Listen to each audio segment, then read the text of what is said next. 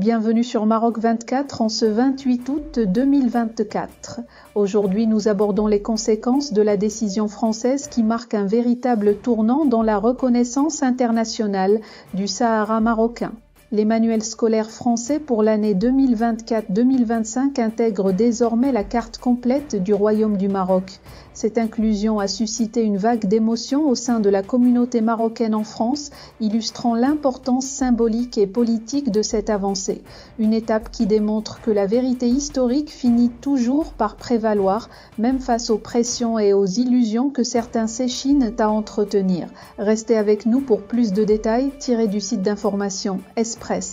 Les manuels scolaires français pour l'année 2024 à 2025 présentent la carte complète du Maroc, couvrant l'ensemble du territoire national de Tanger à la Guira. Cette décision d'inclure la carte intégrale du royaume dans les manuels scolaires a suscité une forte réaction au sein de la communauté marocaine en France. Des images circulant sur les réseaux sociaux montrent divers manuels scolaires présentant désormais le Maroc dans ses frontières reconnues, y compris ses régions sahariennes. Cette inclusion souligne un changement significatif dans l'approche éducative française en matière de géographie politique. Ce développement est en ligne avec les dernières évolutions des relations entre la France et le Maroc, Paris considérant désormais le présent et l'avenir du Sahara occidental s'inscrivent dans le cadre de la souveraineté marocaine. Le président français Emmanuel Macron a assuré dans un message adressé au roi Mohamed VI le 30 juillet dernier de l'intangibilité de la position française sur cet enjeu de sécurité nationale pour le royaume et que son pays entend agir en cohérence avec cette position à titre national et au niveau international.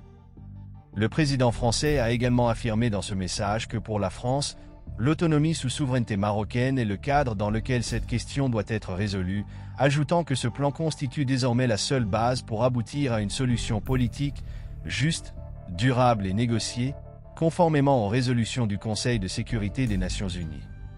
Il est à noter que les incidences de cette nouvelle position de la France sur le Sahara marocain se font également remarquer au niveau des chaînes de télévision publiques françaises qui montrent une carte complète du Maroc, comprenant ses provinces sahariennes.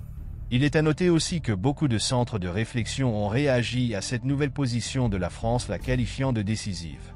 À l'instar de l'Institut américain pour la paix, United States Institute for Peace, qui a affirmé dans un papier d'analyse rédigé par Thomas Hill, son directeur des programmes Afrique du Nord, que la décision de la France de mettre fin à sa neutralité sur la question du Sahara reflète et renforce un consensus international croissant en faveur des revendications de souveraineté du Maroc.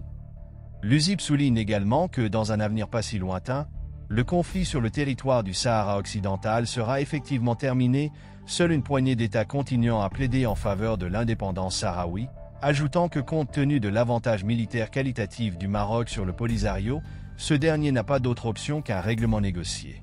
Le plan d'autonomie marocain deviendra le règlement de facto. Pour rester informé, je vous invite à regarder les vidéos Maroc 24 qui s'affichent sur votre écran.